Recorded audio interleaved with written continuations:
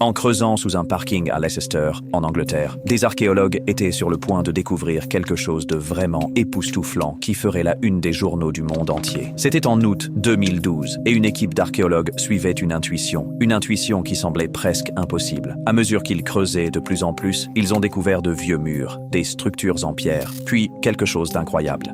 L'équipe a découvert un squelette encore allongé dans la tombe, vieux de plus de 500 ans. Mais que diriez-vous si je vous disais que l'identité de cette personne vous choquerait? Les os montraient des signes d'une mort violente avec des blessures de bataille sur le crâne et une colonne vertébrale courbée. En examinant le squelette, l'équipe a commencé à réaliser qu'il ne s'agissait pas d'un enterrement ordinaire. Ils étaient au bord de quelque chose de monumental. Et puis les résultats de l'ADN sont arrivés. Le monde était stupéfait. Ils avaient découvert les restes perdus de l'un des rois les plus célèbres et controversés d'Angleterre, le roi Richard III, enterré et oublié pendant plus de 500 ans. Un roi qui avait disparu de l'histoire après sa mort à la bataille de Bosworth. Qui aurait pensé qu'il serait redécouvert sous un humble parking à Leicester?